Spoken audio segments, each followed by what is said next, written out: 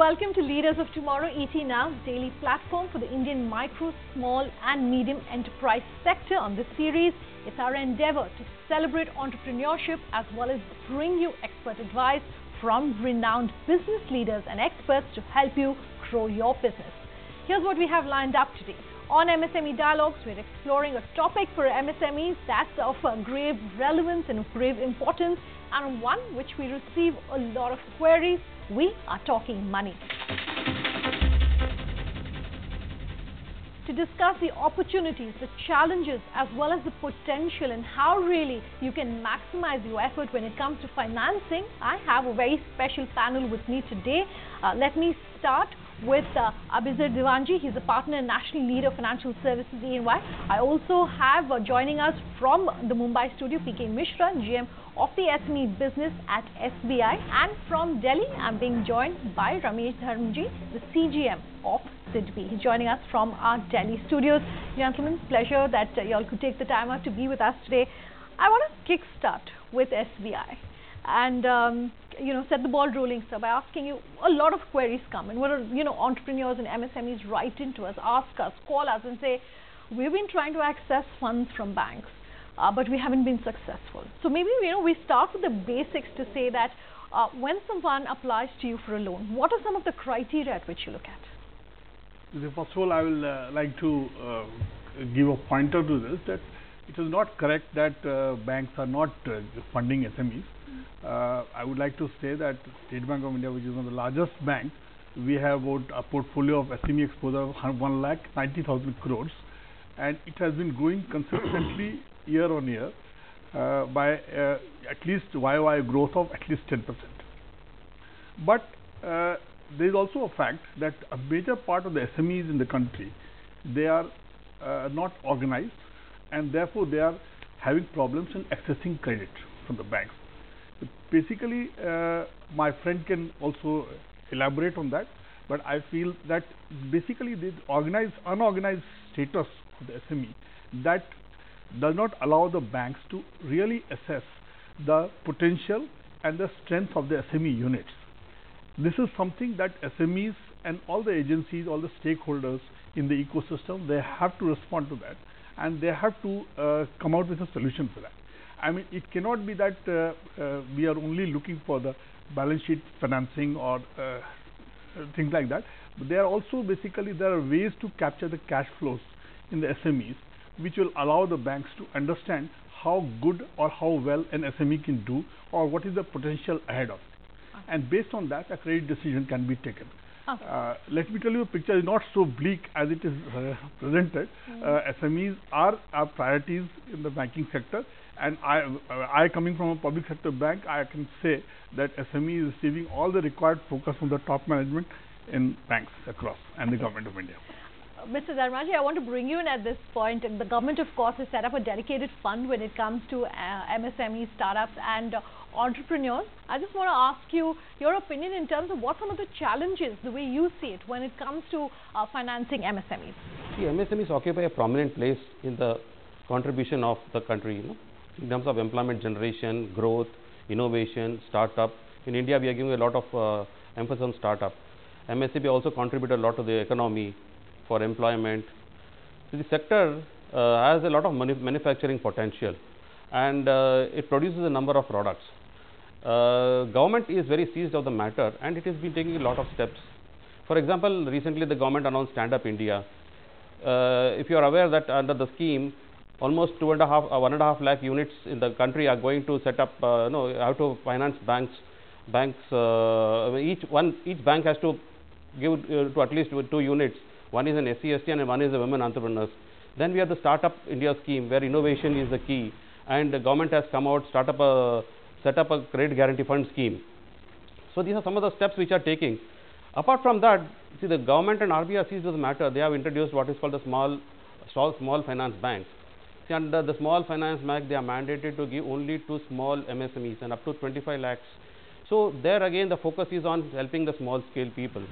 So in every way, the government and the institutional framework in the country is geared to meeting the credit needs of the MSMEs. Apart from this, the credit advisory is one of the things which the banks and the government is focusing on. credit counselors. In SIDBI, we have what is called small B. The government has made it easier to register MSME. People were complaining earlier it is difficult to register MSME. Now when Udyog Aadhar has come, online you can register without even going to the DIC office. So all in all, government is making ease of doing business as far as an MSME is concerned, and credit is one of them. Abhisar, let me bring you in at this point. So while we're talking about what really the government is doing and what banks are doing when it comes to financing MSMEs, one of the ways in which this finance is given is through collaterals. And we were talking earlier about loan against property. I understand that's really the technical term in the banking space, LAP or collaterals. A lot of companies tell us that how do they really access funds when they don't have collaterals to offer? What advice would you have? As Mr. Mishra said, frankly, the banks are in the business of lending, and it's always risk-based lending.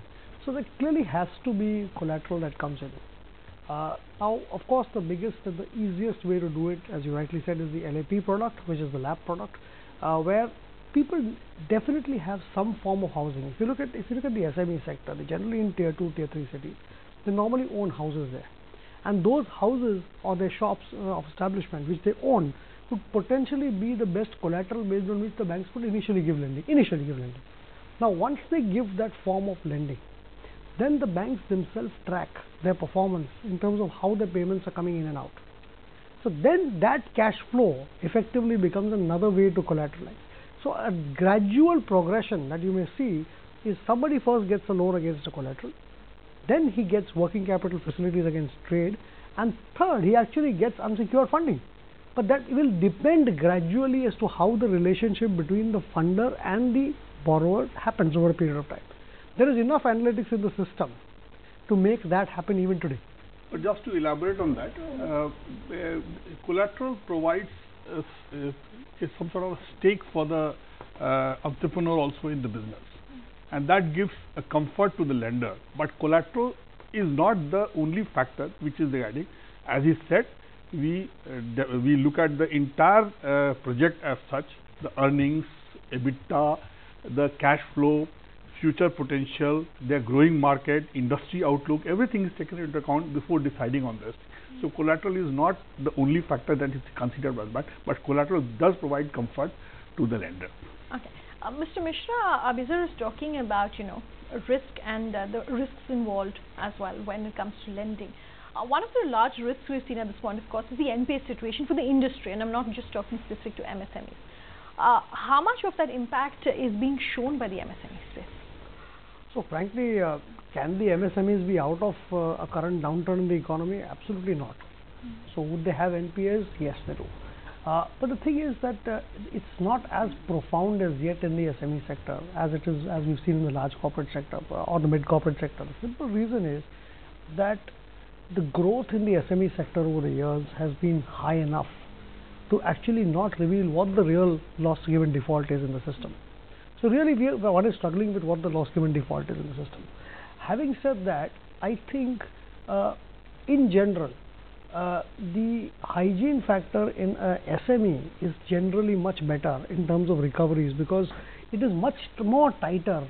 The borrower has much more control over than SME sometimes as against a large corporate, because the too big to fail story comes into play at some point in time, where the borrower sometimes gets much more frustrated in terms of getting his recoveries, and hence the lender also has taken much larger bets for him to be able to honestly honor his commitments even if he wished to. So I think the problem is much more graver when you talk to mid and large corporates, but when you come to the small corporates, I think it's a much more manageable problem. However, it's also a much more diverse problem, because the risk spread in an SME is much larger. So there are a few good ones and a few bad ones. So in total, the problem is of a much lesser magnitude than it is in the large corporates. What has been your own experience at SBI, sir? And also, just the flip side to what Abhisar was saying, that if you're lending against collateral, doesn't that automatically drive up, the NPA situation or the possibility of an NPA? No, I mean lending against collateral gives a comfort to the lender. But you see, collateral is a comfort which is encashed only when the loan goes bad or when the industry is closed. So provision of collateral has nothing to do with the ongoing operation of the. See, collateral NPA in the SME is a concern, and all the banks are very diligently attending to it. You see, entire NPA in the banking sector, 15% is being contributed by MSMEs. But this is a fact. On account of this fact, funding cannot be denied to MSMEs. This is also realized by all stakeholders. You see, SME is a sector which is providing 37% of your GDP. 40% of your exports are coming from there. 111 million people are getting their jobs, employment from there. So this is a sector which cannot be ignored on that.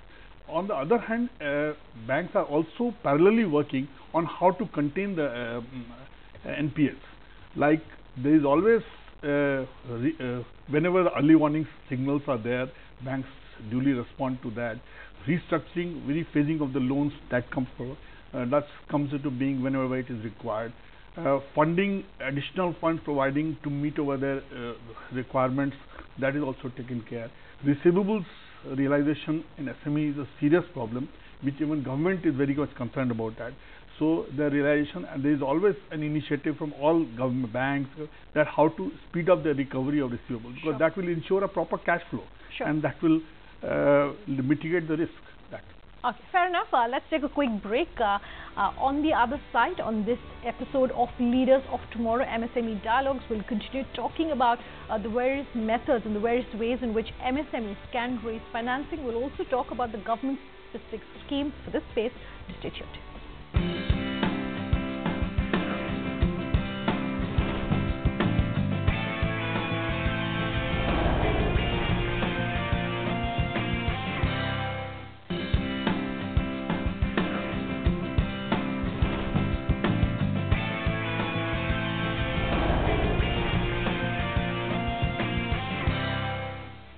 Welcome back. You're with us here on Leaders of Tomorrow. It's all about the money, honey, and we're talking about financing and what it means for MSMEs. Mr. Dharmaji, just before we hit the break, we were talking about, MSMEs approaching banks and how to raise funds. Now, the government has done quite a bit. I did ask you that question in terms of, the financing options available to MSMEs. Let's talk about the Mudra Bank. Let's talk about, the fund of funds which the government has set up specifically for MSMEs and startups. How does it really work? How does an MSME really approach, someone like you for those accessing those funds? What are some of the things they need to keep in mind when they approach you? See, Mudra Bank was set up about a year back, and it was for funding the unfunded. And government is, seized of the matter that a number of units are not getting funds. So a focused bank has been set up which provides refinance to the units. These are basically channelized through banks, and the banks would be funding it, and they would obtain refinance from the Mudra Bank. Now what happens is most of the units don't have collateral security. So government has set up a credit guarantee fund for covering these kind of units under credit guarantee where collaterals would not be required. So the banker, basically a customer has to go to his bank within his area of service and approach for a loan. The main thing is he has to make a project report which is of bankable nature, which the banker can understand easily and give loans. Now talking again, the government is also seized of another matter, and then they are coming out with what is called hand-holding support. Even under the Stand Up India scheme, the government, SIDBI has identified more than 13,000 partners across the country who would be providing hand-holding support to the units. So many of these micro and small units can take support of these units for making a project report, for finding out what sort of markets are there, whatever is required to make the unit successful. Setting up the unit and run the unit successful, support is available across the spectrum. We've been talking about collateral all along. Let's talk about unsecured lending as well, and what are some of the other options when there's no collateral available, and how MSMEs can go about raising funds. Yeah, I will tell you, as I said, one way to finance without collateral is to, once you get the cash flow of the unit under control, you can finance. The risk gets mitigated to a great extent. Like, I will give you an example.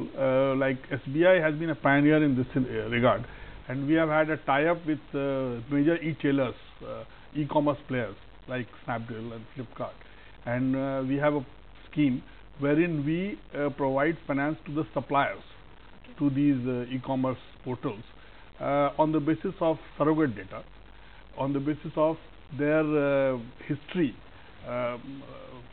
production history, output history with the available with the e-tailers. There are other data which is available in public domain, and we have developed a credit model by which all this data is fed into the system, and the output is system generated. So there is very little manual intervention, and by and large we have verified the results on a parallel testing. We find that the results are very satisfactory. Sure. So this is one way that we can look forward, and e-commerce is the future for the consumer market, both for B2B and B2C. And I feel that this is one way, and such similar initiatives are in the process at all places. Sure. And I'm sure this is going to lead the future. You were talking about technology earlier. How can MSMEs incorporate more technology, into their companies to ensure better access to finance? I'm telling you, technology is the answer to most of the problems of SMEs, and they have to look at seriously. However small or big they are, they have to look at it.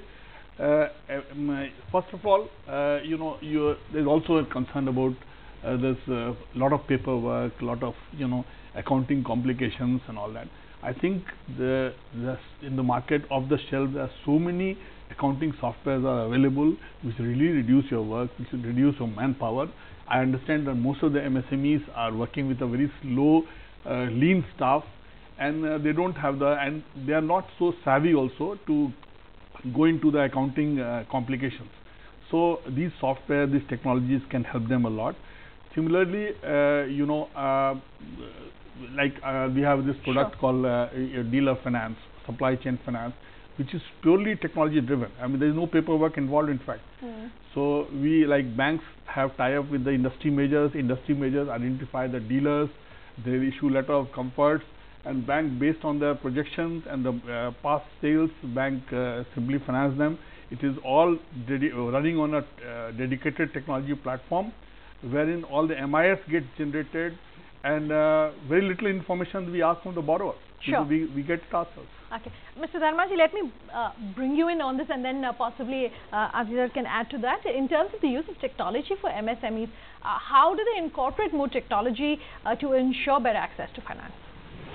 See, technology, banks nowadays are now becoming more technological savvy. In fact, everything is going online, the applications are going online, the appraisals are done online, the communication with the customers are done online, and everything is computer, user friendly.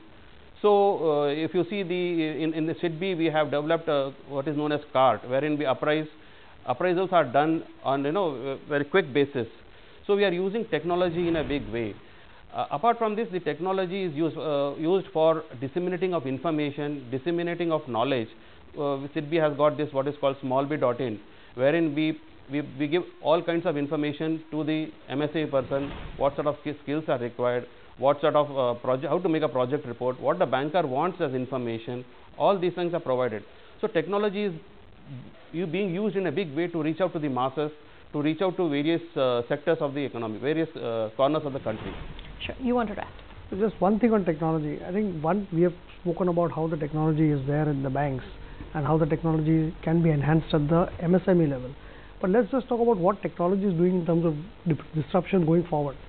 So we're going to have around 10 small banks coming up. And I think those small banks are actually so digitally empowered today that the cost of delivery of credit that they will have will come down drastically, which will put a lot of pressure on banks today. Because SME pricing is still much more, it has much more room as compared to a corporate financing. There is enough room not to realize the cost cutting advantage that one needs to have. If you now look at these small banks, they are going so razor sharp in terms of the cost, and they use technology effectively.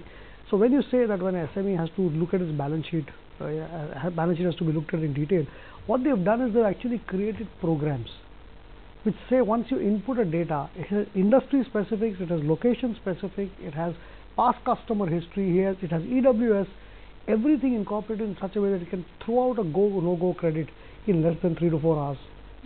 That is the way credit will get. It will get done as a program not as an individual credit. So it will be looked at as a portfolio, and the view on credit will be taken on a portfolio basis. That will actually churn out credit delivery much faster. That's technology.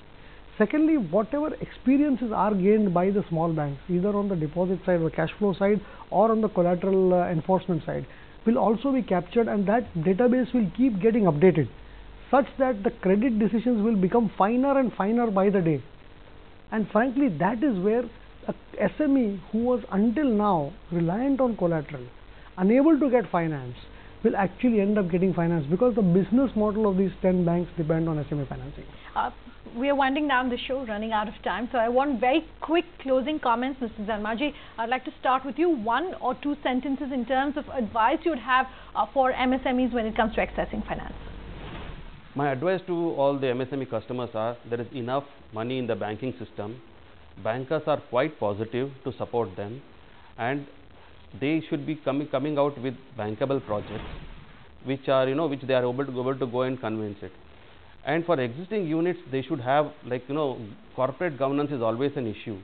And what happens is that when they grow, they would like to go to the PE, they would like to go to the primary markets. Their corporate governance becomes the key. So they have to have suitable corporate governance in place. And of course, PE people are very, very particular about corporate governance, the venture capital people.